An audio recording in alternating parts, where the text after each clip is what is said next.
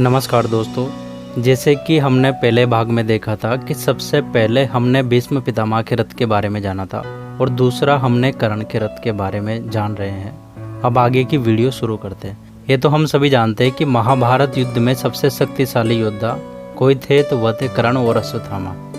लेकिन कवच कुंडल उतर जाने के बाद भी कर्ण अर्जुन के रथ को हवा में उड़ा सकते थे, लेकिन ऐसा हो नहीं सका। दरअसल युद्ध में एक दिन कर्ण और अर्जुन आमने सामने थे।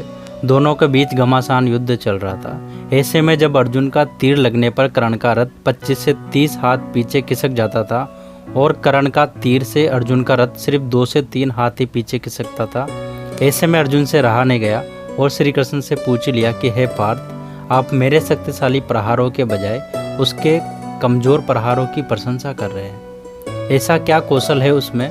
तो दोस्तों, भगवान श्री कृष्ण मुस्कुराकर बोलते हैं, हे पार्थ, तुम्हारे रथ की रक्षा के लिए ध्वज पर स्वयं हनुमान जी, पहियों पर शेषनाग और सारथी के रूप में स्वयं नारायण।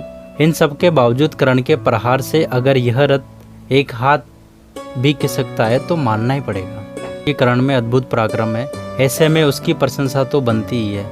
दोस्तों, कुरुक्षेत्र के युद्ध में अंतिम दिन श्री कृष्ण ने अर्जुन को पहले रथ से उतरने को कहा।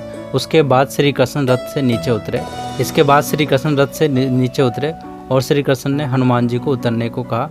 श्री कृष्ण ने हनुमान जी का धन्यवाद किया कि उन्होंने उनकी रक्षा की, और जैसे ही हनुमान जी अर्जुन के रथ से नीचे उतरे वैसे ही रथ में आग लग गई। यह देखकर अर्जुन हैरान रह गए। श्री कृष्ण ने उन्हें बताया कि कैसे हनुमान जी दिव्यास्त्रों से रक्षा कर रहे थे। जैसा कि हम सभी जानते हैं कि महाभारत के युद्ध में भगवान श्री कृष्ण ने दुर्योधन और अर्जुन के 2 विकल्प दिए थे। उन्होंने कहा था कि या तो आप हमें चुन सकते हैं, लेकिन हम युद्ध में शस्त्र नहीं उठाएंगे, और या तो हमारी नारायणी सेना को चुन सकते जो कभी नहीं हारी थी। दुर्योधन ने नारायणी सेना को चुना और अर्जुन ने स्वयं भगवान श्री कृष्ण को चुना। अब ऐसे में सवाल ये उठता है कि भगवान श्री कृष्ण तो महाभारत में शस्त्र न उठाने का प्रण किया था, तो उन पर किसने 12 घातक बाण चलाए थे? तो दोस्तों, आपको बता दें कि भगवान श्री कृष्ण पर 12 घातक बाण चलाने वाला कोई और नहीं, सूर्यपुत्र कर्ण ही थे। तो आइए जानते हैं कि आखिर क्या हुआ था जो कर्ण को भगवान श्री कृष्ण पर 12 घातक बाण चलाने पड़े थे। यह बात है युद्ध के 17वें दिन की, जब कर्ण और अर्जुन आमने सामने थे। दोनों के बीच भयंकर युद्ध चल रहा था। दोनों योद्धा एक दूसरे पर एक से बढ़कर एक अस्त्र शस्त्र का प्रयोग कर रहे थे। दोनों एक दूसरे को खत्म करना चाहते थे, क्योंकि दोनों में बचपन से ही प्रतिस्पर्धा चल रही थी। आज दोनों के पास मौका था अपने आप को साबित करने का, और दोनों ही एक दूसरे से सर्वश्रेष्ठ समझते थे। फिर वह समय भी आया जब कर्ण ने अर्जुन को हराने के लिए सर्पमुख बाण चलाने का निर्णय लिया। इस बाण को कर्ण ने कहीं वर्ष से अर्जुन पर प्रहार करने के लिए सहज कर रखा हुआ था।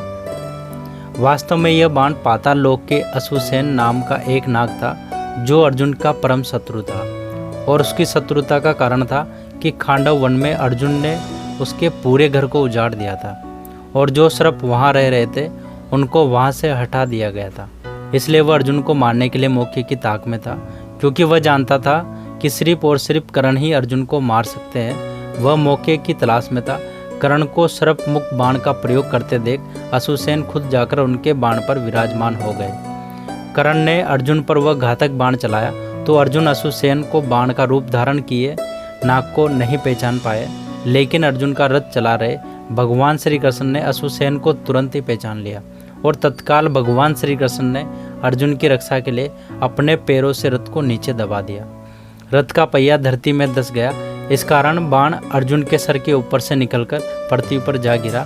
इस तरह भगवान श्री कृष्ण ने अर्जुन के प्राणों की रक्षा की। भगवान श्री कृष्ण और अर्जुन रथ के पहिए को निकालने के लिए नीचे उतरे, तब कर्ण मौका देख अर्जुन पर वार करना शुरू कर दिया। तब अर्जुन की ढाल कोई और नहीं बल्कि भगवान श्री कृष्ण खुद बने थे। उसी समय 12 घातक बाण भगवान श्री कृष्ण को लग गए।